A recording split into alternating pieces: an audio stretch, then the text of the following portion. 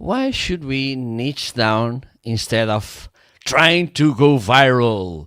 Why should we put the cards in bringing authority and positioning ourselves as an authority instead of being the funny or the nice guy, whatever, in these times? If these are some questions you want to be answered, stay there because this episode will be about there. I will be back.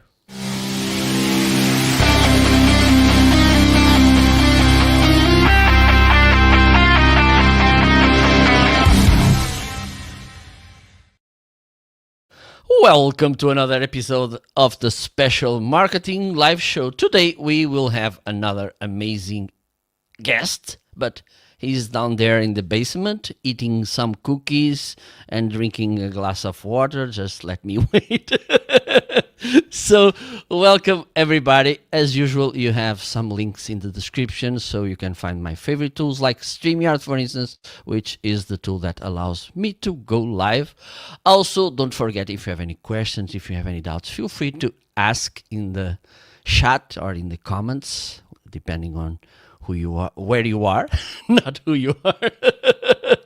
Also, don't forget to subscribe to the channel. By the end, if you like the video, feel free to like, to comment, to share, also to subscribe to the channel. And soon, I will put in a moment the QR code so you can find Jason, which is just about to join me in the screen. It's an amazing guest. Also, he speaks lots of languages. This is something that I love. This is, if you want to be my friend, you need to speak lots of languages. Also, he did something that I like, which is he started his business, and it was about something that is not business related. And the thing is, at some point, he understood that with the knowledge that he got from his path, he would be enabled to help other freelancers, other people which want to go with their own business on that, which is something that I think it's way more better than becoming a consultant, a mentor, whatever, by reading books. I think the practice and the practical logic, knowledge, it's the most important thing. So let's prepare everything to welcome Jason. Not so close from here, in not so or Spanish city. I would like to welcome my dear guest, special guest, Jason Willis Lee. Welcome, Jason. Hello, Marco. Thank you very much for having me. I'm not too far away in Madrid, about 600 kilometers, I think, from you. Yeah, absolutely. Let me share this because when I talk about Spain, there's something that I need to talk. It's about food. Spanish food. It's another weakness among lots of weakness I have. Spanish food, it's one of them, and I love El Mercado de San Miguel. I need to go there because it's been a while since I went there the last time. So I will let you know. The San Miguel market is actually quite touristy. There are a lot of quite high. They charge quite a. I remember getting charged €4 for a little tub of salmorejo. The thick gazpacho in the summer, and but it's a very nice market. It's a little bit touristy, just off the Plaza Mayor, but it's just up the road, about 10 minutes from where I live. 15-minute walk, maybe. Very close. Absolutely, perfect. So let me share this QR code in the top right. So if you want to find Jason, you just need to scan that QR code, and then you will find Jason's website, and I think you can ask for more information, all these sort of things. So Jason, would you mind to introduce yourself, and then we can go into the conversation, please? Yeah, thank you, Marco. So my name is Jason Willis Lee. I'm a medical translator. That's my day job. I translate medicine from Spanish and French into English. I started training as a doctor, and I've been translating medicine for about 26 years. And in the last few years, I'm getting into a little bit of consultancy, doing some media podcasts. I host a podcast called Freelancer Training on how to find more direct clients for my audience of translators, interpreters, copywriters. And now I'm pivoting into patient-sided research and patient engagement, which is just an interesting thing to do in the AI era. I think we have less translation per se. There's more editing. Most of us do a lot of editing now. I still translate, but it's probably a lot 50-50 translation editing. And so I do a little bit of consultancy, which is how I met you through the wonderful platform Podmatch. That's how Marco and I met. And yeah, I'm just still enjoying life. I just turned 50, so I just entered my sixth decade, and yeah, just hanging out, having fun, and trying to get to grips with AI. It took me quite a while to adjust to using AI in my work, but I now use AI for a lot of the mundane, routine tasks, drafting emails, editing texts, a lot of things. We use AI, but it's important, Marco, to stay human, and just do those P2P relationships, and make sure you're networking in the right rooms and getting work from the right places. So AI is useful, but it's not a replacement for us as humans. And I'm seeing lots of people with caps on saying "stay human," which is I think I need to get a cap that says "stay human," because that's an important message I think I want to put out today. And yeah, I'm very happy to be on your show. Really looking forward to our conversation. Okay, awesome. I'm really happy as well because this will be a really insightful conversation. At the end I will need to ask you how it is to be 50 because within 1 year and some months I will join the club as well. That's So good. That's okay. so Jason, you mentioned something, and this I believe this is a really nice way to kickstart the conversation because, as I said at the beginning, I believe that your background it's not business. For instance, I'm graduated in marketing, so I should have more knowledge when I started my solopreneur journey. I believe probably you didn't have the same background, so probably you faced different challenges. Want to share the kickoff of your journey so we can understand, for instance, the struggles you had, the biggest lessons, because I believe that even though some they could be common, I believe that depending in ourselves, also in the context, there's some that may be different. You want to share that with us? Yeah, that's such a great question, Marco. So about 30 years ago, I was studying medicine in Strasbourg. I was studying orthopedics, geriatrics, and rheumatology as a first year clinical medicine student.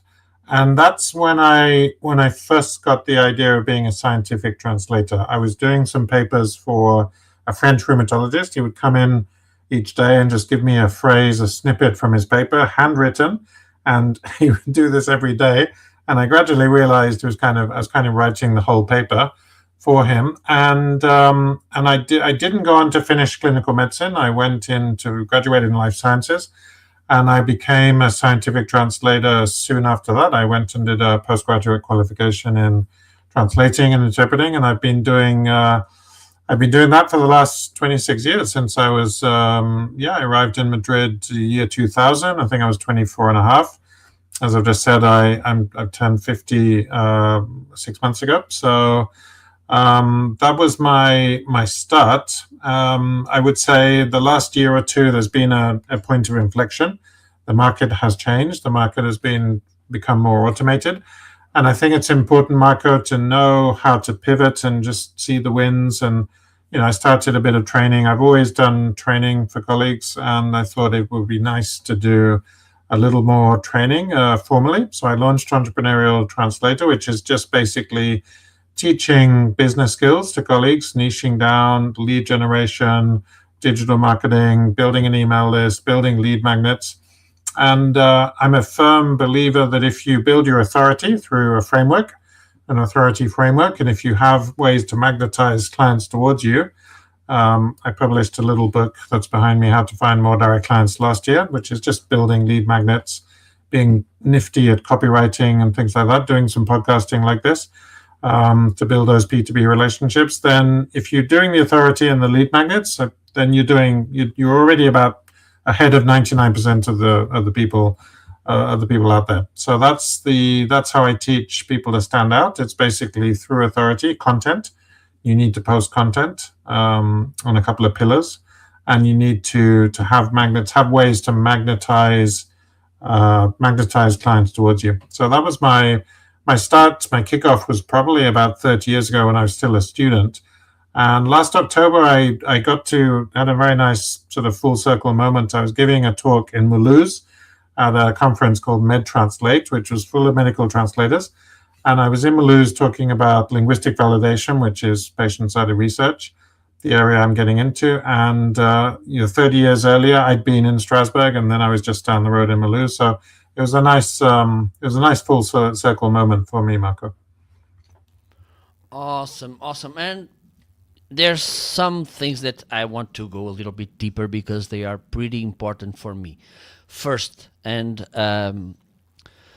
we are in a time that we listen a lot about going viral and getting thousands of views, blah, blah, blah, the thing is, I don't believe that authority and going viral, they can live, it's not important going viral. I believe a lot about getting authority, getting trust. So let's explore this. And the thing is, as solopreneurs, I believe that authority, it's a pretty important ingredient or sauce, whatever you want to call it. So do you want to talk a little bit about that, Jason? Yeah, absolutely. So I think authority is the secret sauce, or it can be a source. So I think when you talk about authority, you kind of need a framework around your authority. So I'm working on a framework, or I have a framework, which is called the Bridge. And I talk about the Bridge in the homepage of my website. I do videos on it. I talk about each step of the Bridge. And the Bridge is B for personal branding. I think branding is very important. You need to lean into your life, because that's what differentiates you. The R is P2P relationships. So I've already said that staying human is very important. The I is for impact content. You need to publish content that makes an impact. D is for data. So you need to look at the data and sort of lean into what's working, track what's working, and try and move away from what isn't working. The G is business growth through expertise. So growing through expertise. We all have a certain expertise. And the E is using AI for efficiency, efficient use of AI, Marco. So I think if you have a framework, and the idea is that people remember things that have names, it's much easier to sort of remember an acronym like the Bridge, and hopefully people will start to think of me as the guy who talks about the Bridge, and all of my copy and all of my assets hopefully weave together. And if I can get a book out on this, illustrating it with case studies of clients I've worked with, that's very exciting. So I think authority is the first thing. You need to have a framework of authority and just build your authority, which is essentially getting people to know you, like you, and trust you, as you said just a moment ago. And that I think comes through authority. If you combine authority with ways, sort of business assets, to magnetize people towards you, like a book. I think the most important book in our lives is not the book we read, Marco, it's the book we write. And if you write a very good signature book, and it leans into you, and it's very real and very authentic, those are the people I think that people tend to relate to. People who talk about their success, their failures. Nobody who succeeds, I think, has not failed, and you have to fail time and time again. Pick yourself up and just tweak things, and that's a lot about entrepreneurship, is iterating different ways of doing things. and that's what I'm doing at the moment. So I in the consultancy part of my job, which is outside of the sort of day to day translating and editing, I enjoy teaching people how to build authority using the framework that I built, the Bridge framework, as an example, and teaching people how to build out their assets. So a website, for example, is an asset. It's a free salesperson that should be working for you, generating a lot of traffic. And now it's all about being number one in AI search, not so much number one in Google, number one in AI search. Just type in your name, and just type in. There was a trend the other day, asking ChatGPT, just do a caricature of me based on what you know about me and my job, and then there are all these things coming out. And yeah, it's a little bit self-obsession, but I think self-obsession in terms of personal branding is actually quite a good thing, because it's the personal brand and your life and my life that make us different, that differentiate us. And you have to differentiate yourself from other people, because otherwise you're just swimming in a sea of the same. So there has to be a differentiating, what I call a talk aboutable edge. It's something that gives you a bit of an edge and that just moats you. If you're in the castle working in your business, it's just the moat around the castle with crocodiles and the competitors. If you do the personal branding correctly, you're untouchable in the sense that you have no competition. Does that make sense? So you become a category of one, and that's what I try and teach my consultancy clients. And I've had conversations with some fairly big businesses, multi seven figures, and they get to a revenue point maybe 2 million, and most businesses get stuck at 2 million, 90% actually, and it's very difficult to push through. And one of the things that pushes them through is the authority. It's the book. It's maybe an app. I was discussing an app with a business owner just recently, and differentiating him through an app that shortens a work process. So I think authority is very, very important, and each and every one of us has to have authority, Marco. And the more you do that through a framework, the better, the faster you develop that know, like, and trust factor that we all go after. Absolutely, absolutely. I'm a huge fan of building authority, and this is something that I speak often in this live show, also on my podcast, because it's tempting to try to go viral and also to try to please the audiences, or not being as deep, as reflexive as you should go to build this authority, and trying to kind of, as I said, please everybody and be understood by everybody.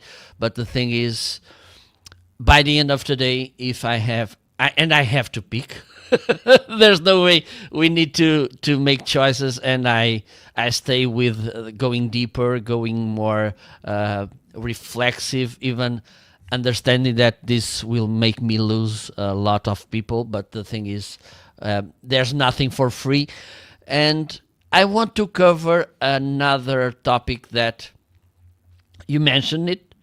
This was one of my failures, and it's something really important, which is, how do we get customers? Because I believe and let me know by your experience what your experience is telling you. I believe that one of the problems when we work as solopreneurs, when authority, it's kind of our sauce, our secret sauce. I don't believe there's just one, but we can think about authority as a huge important sauce or ingredient.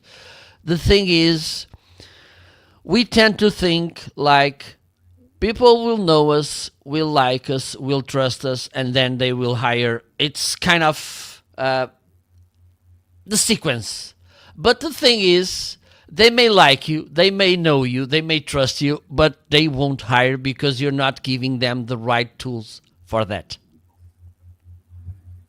So, would you mind elaborating a little bit more? Because I believe this is really important about the lead magnets, how you use it, how you tell people what they can do. So, because I believe this is a really important topic, like putting the food between the door. So, can you talk a little bit about this, Jason, please?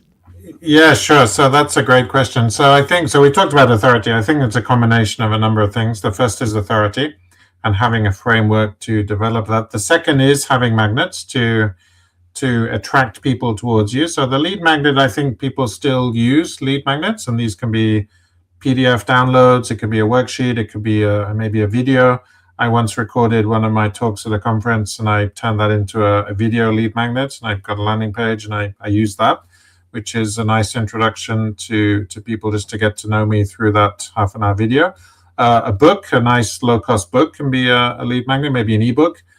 So you just need a landing page for your lead magnet. You need to force traffic to that landing page, have an email capture box, and then have a mechanism that sends out the downloadable or the video or whatever it is, the book, once people type in their emails. And the third thing I want to mention, Marco, so we've talked about number one, authority, and number two, magnets, to magnetize customers, attract them towards you. And the third one would be social proof. You need to show that you have produced a positive outcome for your customers. And this is taking them from wherever they were, point A to point B. And that's a kind of, in the products world and personal development, it's all about transformation. And you need to have people that are willing to give you, and it's quite difficult to get social proof, because I ask people for testimonials all the time. Not everyone wants to reveal their name, and you have to respect privacy and do it anonymously if that's what the client wants. But I think it's important to have a section on your website. I like to call this client wins, or what my clients say. I have a service provider website at jasonwillislee.com, and I have a lot of testimonials just on the section what my clients say.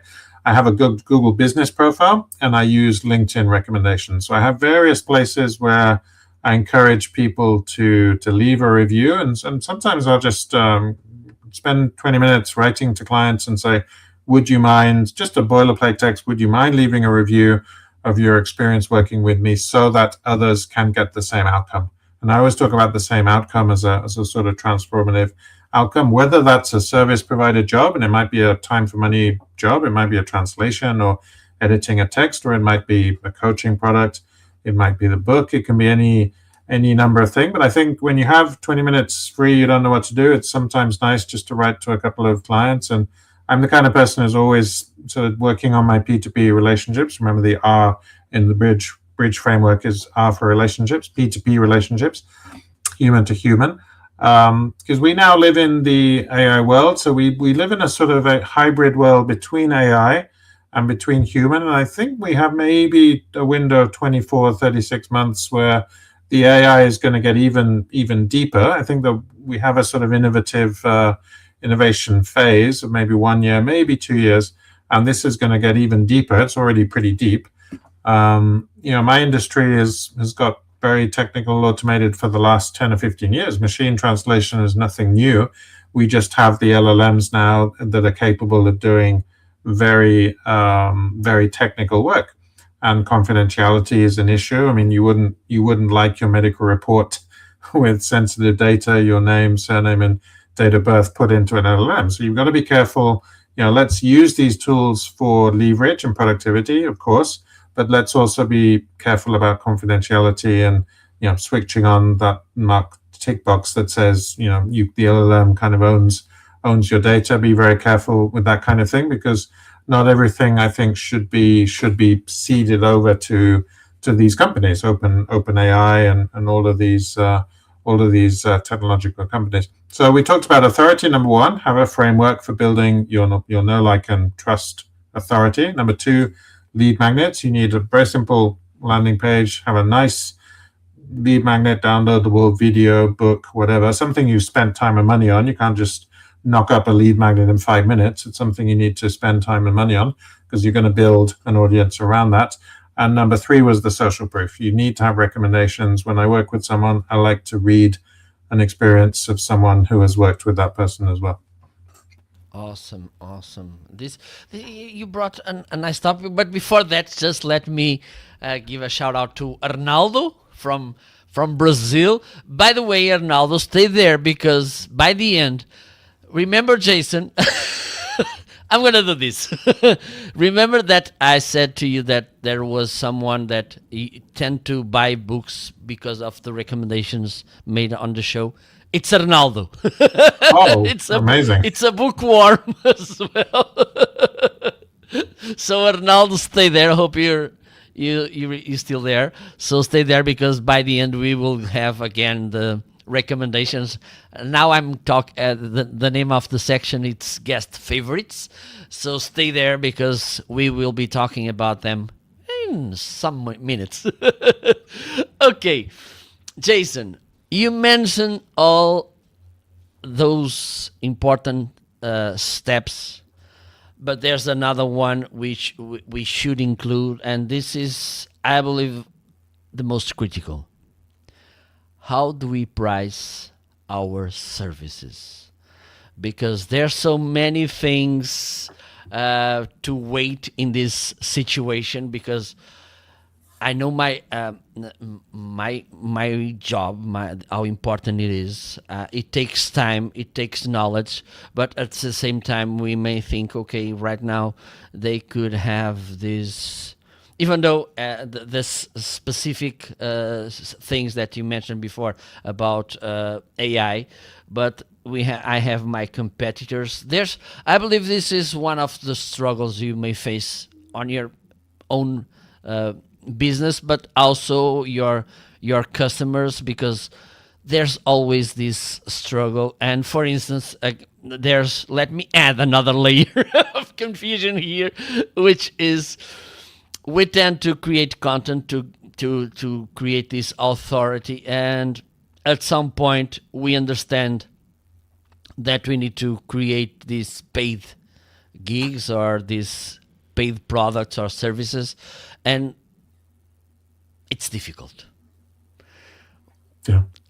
Tell me everything about this.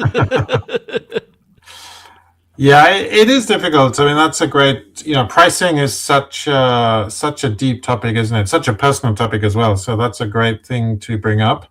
How much should you charge for your services?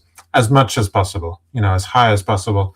One of my mentors said that you don't want a client giving in immediately. You want the client to sort of feel the pain of a high price and then sort of, be thinking about it and then say, okay, go on then. So, as much as possible. But the point I want to make, Marco, is you've got to factor in the value into your pricing. So it's got to be, if you don't talk about value in the pricing, it's just a race to the bottom, and it'll just be somebody charging a lower price all the time, and it's just a race to the bottom of the barrel, and the lowest common denominator wins. So a couple of strategies: get value into your pricing. You need to, first of all, keep price out of the conversation until the very last minute. You want to warm up a customer relationally well before you even discuss the price. I think this is what car salesmen do, or car salespeople. I'm sure there are ladies who sell cars as well. Keep the price out of it until as late as possible. Make sure you talk about the value, and the value is the transformative outcome. It's sales based, it's outcomes based selling. So if you're selling, you don't sell a mattress, you sell someone a good night's sleep. You don't sell a glass of beer, you sell the ice dripping down the side. You sell the outcome. Yeah, so those are a couple of examples. And then the other thing I like, another pricing strategy, is just have an ABC pricing. And then in general, you want to guide people towards option B. So option A is probably the low end price. Option B is the mid price you want to charge. And option C might be a high price. And that might have a value add-on. So, for example, in my business, journal editing, you may do the submission for the author who's translating their article into English. You may go to the journal and do the submission. You may do the references for them as a sort of extra job. And you can charge, an extra, have an appendix for that value-added item. So there's a couple of ideas. Just don't charge the lowest possible price. You want to charge the highest possible price. Obviously, you need to have a system of prices where you can sort of bootleg. It's a little bit like the mountaineer climbing up the rock face using the laces, and they do these things. Somehow they hoist themselves. That's a little bit like charging higher prices. And basically, the AI, I can tell you from experience, I actually have earned more money per hour using AI in my work than before the AI. So this idea that AI replaces us is just completely ridiculous. AI is there for us to leverage and get more productivity. It is the E of the brief of the bridge framework. It is use AI efficiently. This idea that AI is a replacement for us. We cannot be replaced as humans. So we need to lean into the personal branding aspect of our lives and what makes us unique. I mean, I studied medicine and life sciences before I became a medical translator. So that's a unique talk aboutable edge, a differentiator for me that moats me. And that's what I talk to about my customers. I try and find out what makes them tick, what kind of life they're living, their hobbies, their values, and that's what that's what makes the difference. And it's a very interesting market of linguistic validation. You've got all these different companies, and they're all sort of bidding for the same business. What makes some people get the contracts over others? Yes, price is important, but sometimes it's the relationship with the founder, and it might be something, just who knows, the founder likes basketball and the prospective client likes basketball as well, and that's just a common thread that leads to the contract being signed, nothing to do with the price. I've seen more expensive offers get the contract over the cheaper offer.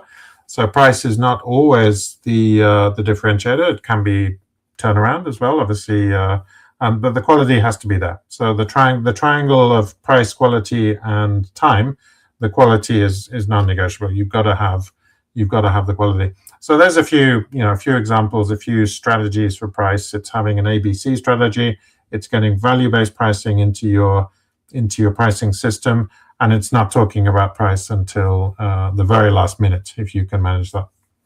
Absolutely, pretty nice point. And the thing is, and there's when we sell services, we tend to have this conversation like the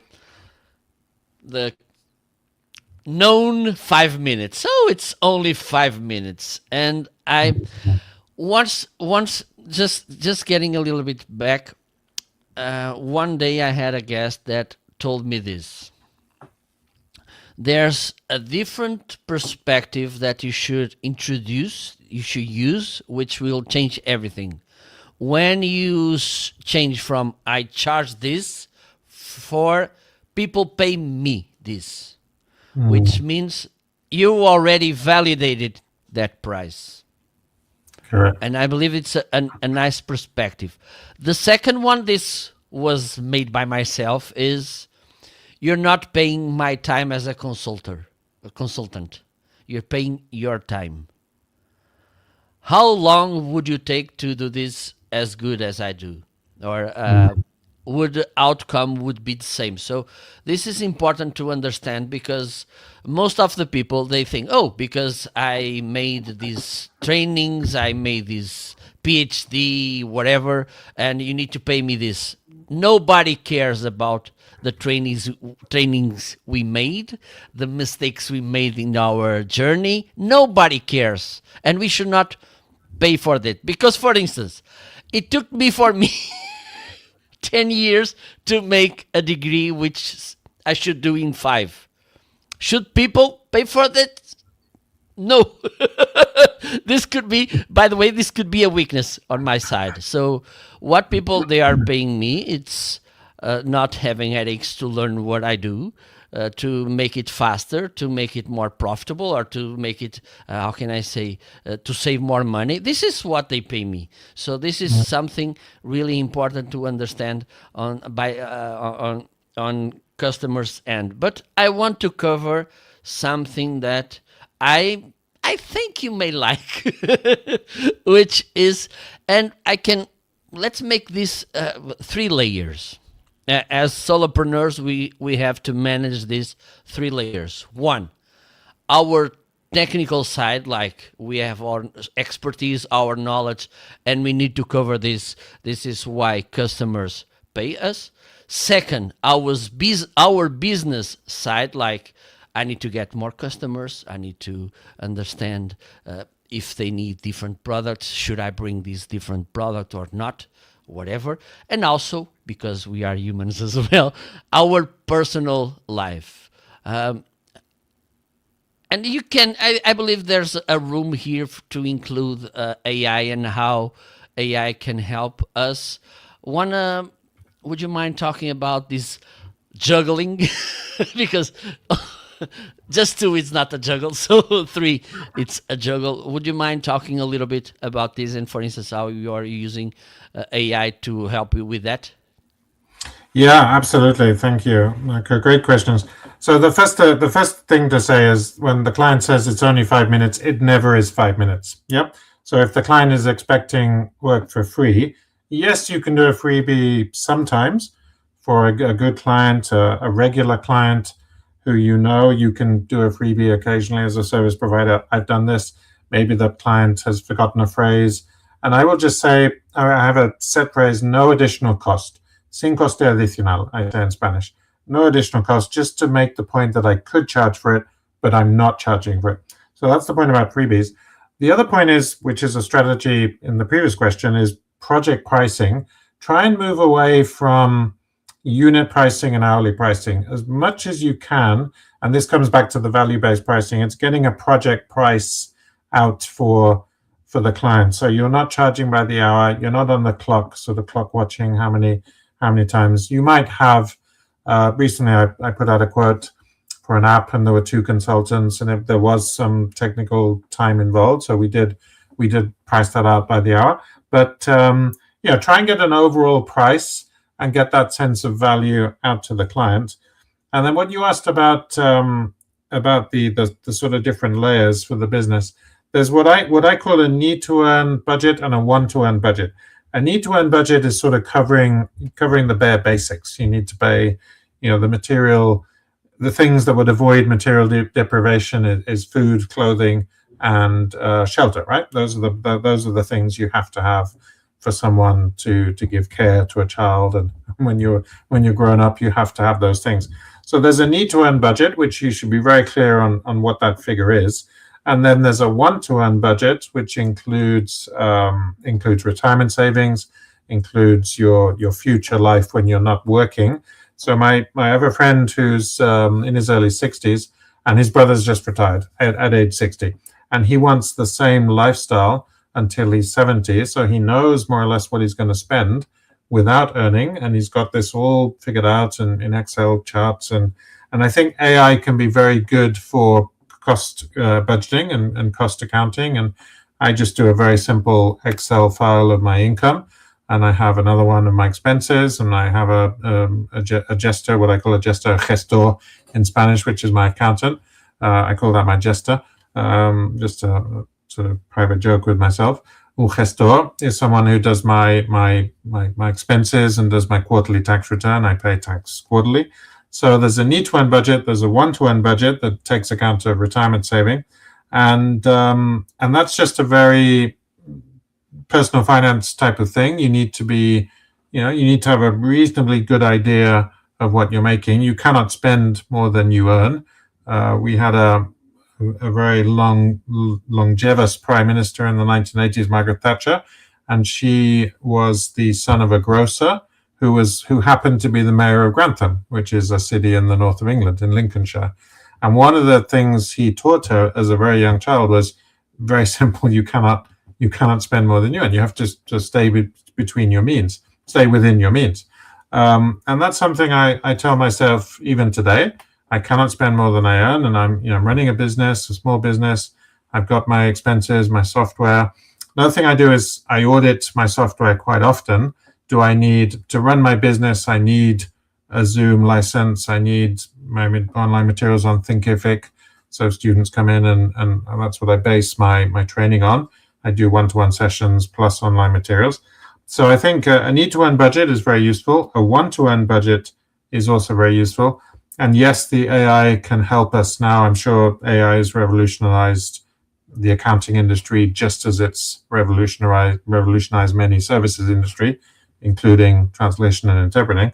So I think that's what I would say about if you get the pricing down very well and move away from unit pricing and hourly pricing into project pricing. Most of us translators charge by the word, and that's just the crudest way of quantifying how much we charge. It's by the word. Somebody decided to do it by the word, and that's what we do. It might be 10 cents a word, 8 cents a word, 13 cents a word, whatever. And obviously you want that as high as possible. But I do think the AI has given us the power to do things so much more quickly, and we can now make money even at the commoditized end of the spectrum. So that high volume, low unit price thing is now feasible. It's something we can churn out large volumes of words a day. And this is not just translation. This is any sort of writing, copywriting, or things like that. So I hope that answers the question in terms of using AI for the personal finance aspect of small business. I run a small business, and I'm quite aware of these parameters. Gross revenue, net revenue, the tax. I don't have too many expenses as a small business owner. I have a printer, my paper, my ink cartridges, my software, my hardware, but that's about it. I have an assistant who works offshore, works in the Philippines. So I have a fixed remote assistant, a virtual assistant. Another one of my classes I teach students is how to leverage virtual assistants for the business. So podcast editing, for example, it's how you get in leverage, and eventually you get to a point where you cannot do everything yourself. You need other people to come in and leverage other people's expertise. And that gives you, then you become into the wonderful position of being able to put out content fairly quickly. And you need the content, that sort of impact content, the eye of the bridge. You need this kind of wheel that generates content quite regularly, and that wheel has to be well oiled, and it has to be fairly constant. I publish about 3 podcast episodes a month, and I enjoy that, Marco. I get to meet wonderful people as a guest today with you, and when I interview people as a host. So does that answer the question? I hope it does. Absolutely, absolutely. And you mentioned something that it's pretty important, and which is knowing people, and the coincidentally, I made an episode on my solo Portuguese podcast last week, and it was about, because there's this thing, I don't create content because I had no ideas. And one of the things I've been learning, and I have 10 years of content creation, is the best way for you to get ideas is by creating content. Because I don't know about you, Jason, but this happens to me a lot. And the crazy thing is, it's happened often and often. Like, it's when we think, okay, and right now I'm creating a lot of content. I can think, oh, I'm getting rid of, I'm not, I'm getting drained. The thing is, I'm getting more ideas, because one of the things I'm realizing by the end of some podcast episodes, and this could make us frustrated, but I think the opposite, it's good, is, oh my God, I should be talked about this in this topic. So we have another episode here. Because the thing is, we never have the ultimate episode when we cover everything. There's nothing we couldn't talk more, because there's something we forget something, or we should go deeper in a specific topic, or we can go broader because, oh, this could be another topic to cover. So I believe creating content, it's a nice way for us to get more ideas to create content. And also, you can share your experience with this, because I believe in your business, as we mentioned before, when we want to create authority and this relation with our audience, so they could become customers. The thing is, when people start to consume our content, they will start getting this closeness feeling as well, and they start to asking. And by asking, we have 2 things: 1, new ideas for content; 2, new ideas for products or services. Would you want to about this as well, because I believe your experience should bring nice value to about this question. Yeah, that's a great point, Marco. So I think, yeah, absolutely. Creating content does generate more ideas for future content. I think one of the best ways of getting those ideas, though, is just to survey the audience. It's to ask your audience what topics they would like to hear about. And this is something I've started doing a little more intentionally since I've got subscribers onto my podcast. My podcast is called Freelancer Training, on how to find more direct clients. And I just ask, are there any topics you would like to hear more about that I haven't mentioned on this show? Because the podcast is ultimately geared at the audience. I always have the audience in mind. It's an online service provider audience. And when I discuss episodes and affiliations with partners, business partners, you always want to have that audience in mind. So I think the audience is the source of is wise and the source of all wisdom in terms of future content and products and services as well. But you do need this sort of hamster wheel working reasonably well oiled and producing content in a well oiled fashion, so that your audience gets to know your business. And then, who knows, a customer comes off the podcast or may come off the email list. I do a weekly newsletter to my audience called Beyond Words, and I just go into a little story about some aspect of online business I've discovered, and I quite enjoy writing. I quite enjoy writing that little 300, 400 word story. Then I have a section behind the scenes where I go behind the scenes into my business. What have I worked on this week? So this week I might talk about my appearance on the special marketing live show, for example, because this has been a really exciting event this week. So I probably will include that in Friday's newsletter and have maybe a clip or just a sort of screenshot of us talking together, and that helps me, send traffic to your content and your assets, and hopefully this episode helps you send traffic to me. So we're leveraging each other's audience and helping each other, which I think is the basis of all partnerships. It's you scratch my back, I'll scratch yours type of thing. And I love that aspect of business, because you get to meet very, very nice people and with similar interests, and get to help their businesses, and hopefully you get something out of it as well. So it's a very nice win-win. So I think I would probably advocate asking the audience, and I use a couple of tools to do this, Marco. I have there's a free tool called tally.so, and you can just do a very interesting quiz. I did this recently for linguistic validation. 225 people signed up, and we got about 43, 20% of the audience who signed up replied to our survey and said what aspects of LV they're interested in learning about. So that helps us put together a course. Actually, tomorrow I'm talking to the Israel Translators Association about linguistic validation. So I get to, around about this time tomorrow, I'm talking to them at their online event. So that's going to be fun. So I get to hang out with them and talk about a new niche and give people hope for the AI era. So one's called tally.so. It's just a free bit of software. You can actually hang a lead magnet at the bottom, and you can get a paid offer going, a low-cost offer, 27 euros and 10 euros, whatever. And then the other one is a piece of software called Score App. And this is a company run by an entrepreneur I quite like called Daniel Priestley in the UK. I think he lives in London.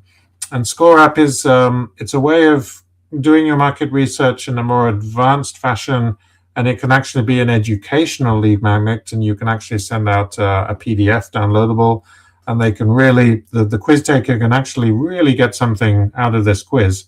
So you have the free tool Tally, or the more involved Score App, which is a paid tool. So there are accounts, $20 a month, $30 a month, whatever it is. And then to get the PDF download, that's a higher tier.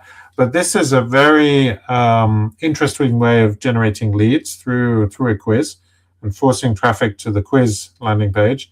On my website, I actually have a chapter of my book as a lead magnet. I don't have the quiz there.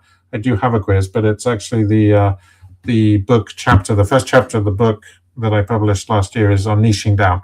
and that's called Niche Your Way to the Top. So I have a free chapter sort of built as a standalone lead magnet, and that's something I just give away as a freebie.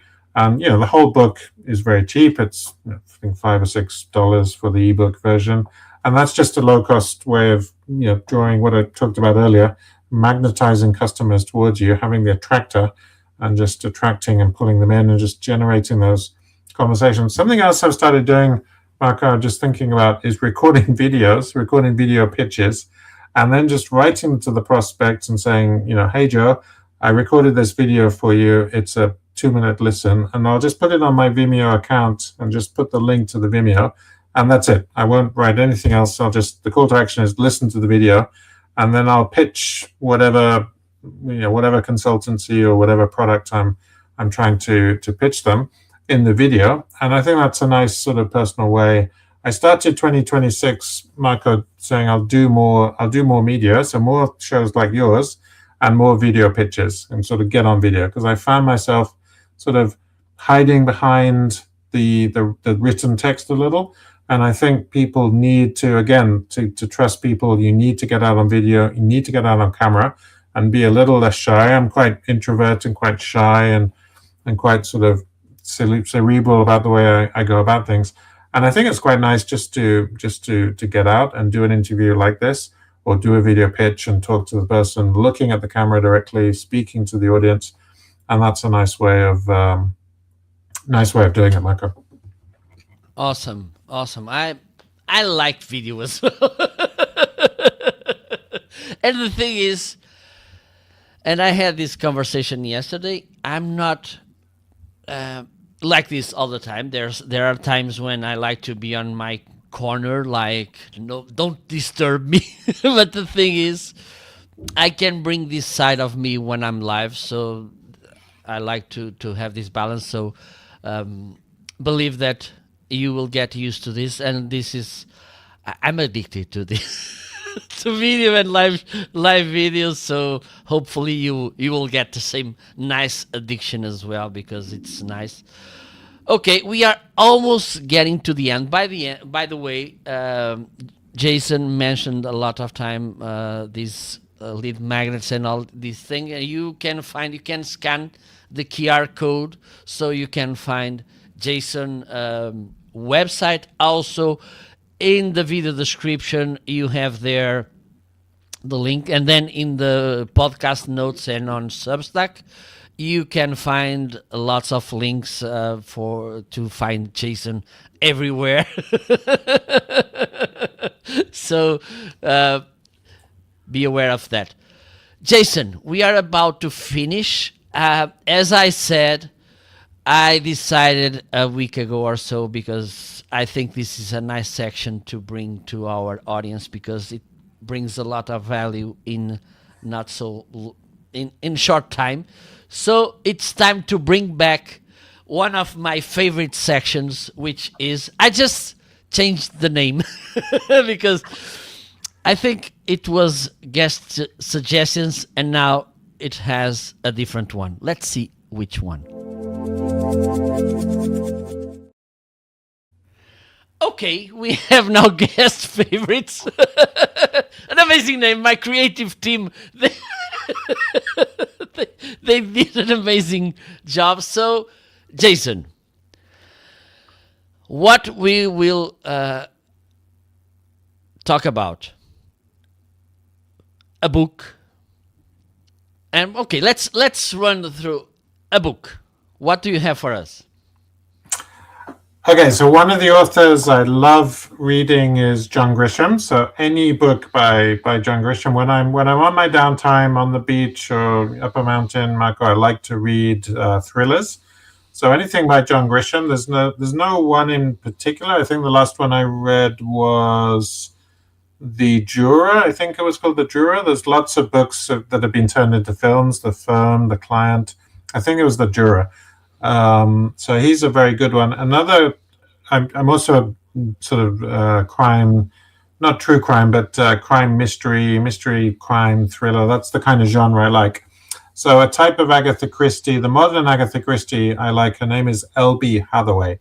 L.B. Hathaway is a nom de plume. It's a pen name. She lives in Switzerland. She was a Cambridge historian, and she writes very historical fiction set 100 years ago. And right now I'm reading one of the Posey Parker novels. The heroine is called Posey Parker. She's a private detective working in London 100 years ago. So you get this idea of 100 years ago, what life was like a century ago, which I think is very interesting. The 1920s. L.B. Hathaway is her name. And yeah, I'm reading the last book. I can't remember the title, but it's the last book in the Posey Parker series of novels. So if you like Okay. Agatha Christie and crime novels, then have a look at Posey Parker by L.B. Hathaway. Okay. Awesome. A movie. Okay, so movies. Yeah, There's so much good cinema. I'm a big Alfred Hitchcock fan, Marco. So I'm the sort of guy who watches the films over and over again, try and get a different take on a scene. And you know how Hitchcock used to do. He used to film all his scenes from a very high angle. It's Yeah. very theatrical. Those films, Dial M for Murder, Rope. It's very, very theatrical. Rope is actually done with a full reel, and he zooms in on the reel, and the switches in the reel, you can't. It's seamless because he zooms in on a jacket and then zooms out again. So technically, he was a pioneer in the sense a Rear Window, for example. It's just the back of the apartment, and that's the whole film with just that one set, which is just incredible how he maintains the intention 2 hours. So any film by Alfred Hitchcock, North by Northwest, anything he did in the 50s and 60s just turned into a massive hit. And then maybe the later work in the last decade or so, not quite so good. But yeah, any of those 1950s, 60s Hitchcocks are very good. So any of those could be my recommendation. Awesome. A TV show. A TV show. Okay, so I'm a 1980s boy. I grew up in the 1980s, so I was very into Knight Rider, which in Spain is called El Coche Fantástico, which is David Hasselhoff talking to a car, basically. I was very into the A Team. The A Team was a group of four former soldiers who team up as mercenaries.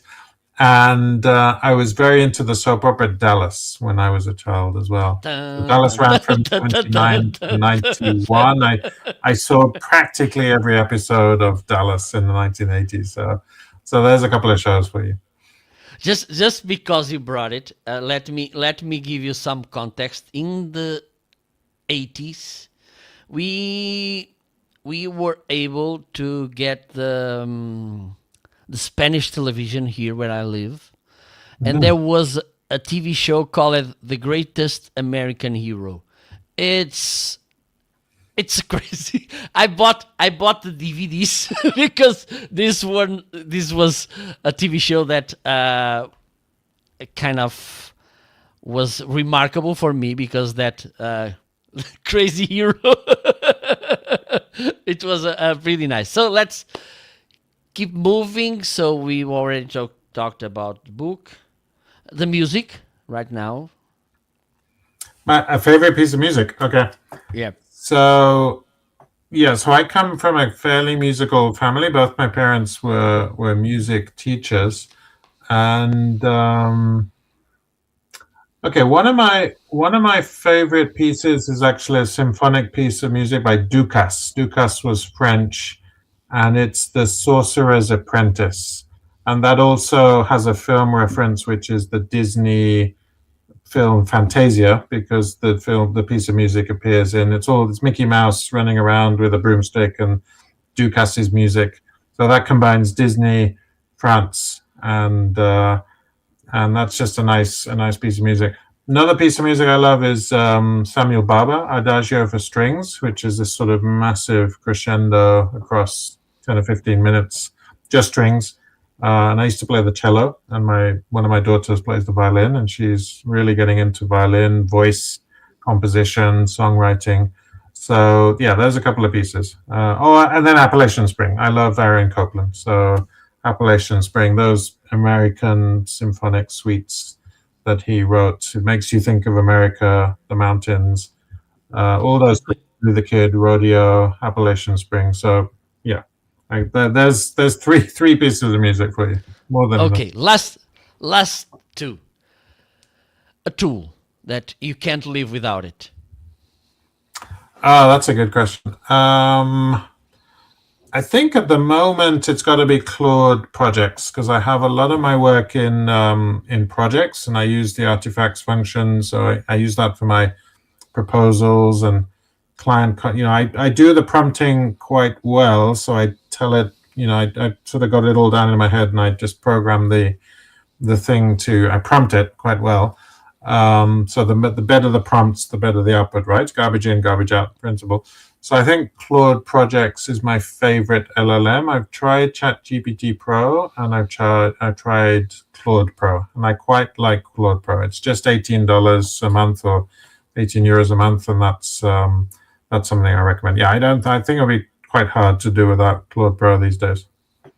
Awesome. And last one, a habit. A habit. Very good question. I think this year I also was very keen on fitness. I wanted to look at my fitness. So I'm swimming twice a week. I actually swam today, earlier before our call. And I'm swimming half a kilometer each time, which is just 20 lengths of a 25-meter pool. But I do that twice a week. So I get my kilometer. So I'm doing at least 4 kilometers a month. And I'm finding, Marco, the more regularly I do it, the faster I do the 20 lengths. So I do the reps. And I think you could tie this into business building as well. You just do the reps, and you have to show up consistently. If you stop, you're going to fail. So you have to just keep going and keep producing the asset and building whatever it is, the book or the podcast or the YouTube channel. You have to just keep doing the reps. So I think that's probably the habit. I'm very keen on my exercise because I was noticing my weight going up and feeling a little bit sluggish, and that's also the mental and emotional health as well, right? Is the physical fitness. So it helps your all round sort of body if you've got the physical exercise going. And one of the things about swimming is that it's the best way to disconnect, because while you're rowing or crawling, whatever, you're not thinking about anything else. that's true. That's a good thing. So, Jason, we came to an end. Maybe in the future we will meet again because there's lots of things we can talk about. Meanwhile, don't forget, all of you have the QR code in the other side of the screen. Feel free to scan it. Also, you have in the video description, and also in the episode notes, and also in the Substack blog article, you will have the links to find Jason. Also, you'll have the links about the recommendations, of course. Thank you so much, Jason. By the way, you can tell people where they can find you, even though this will be in the description. You can say it anyway.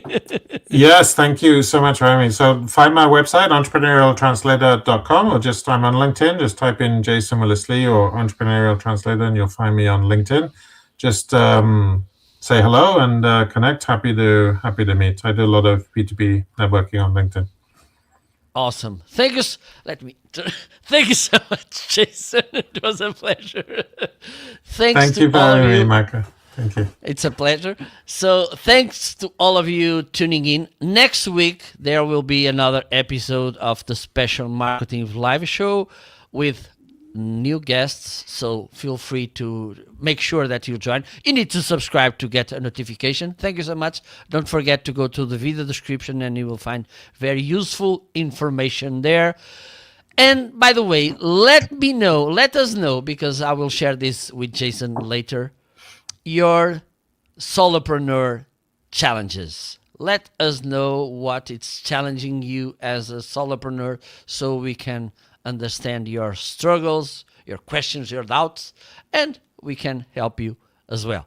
See you next week. Till then, enjoy. Bye-bye. See ya.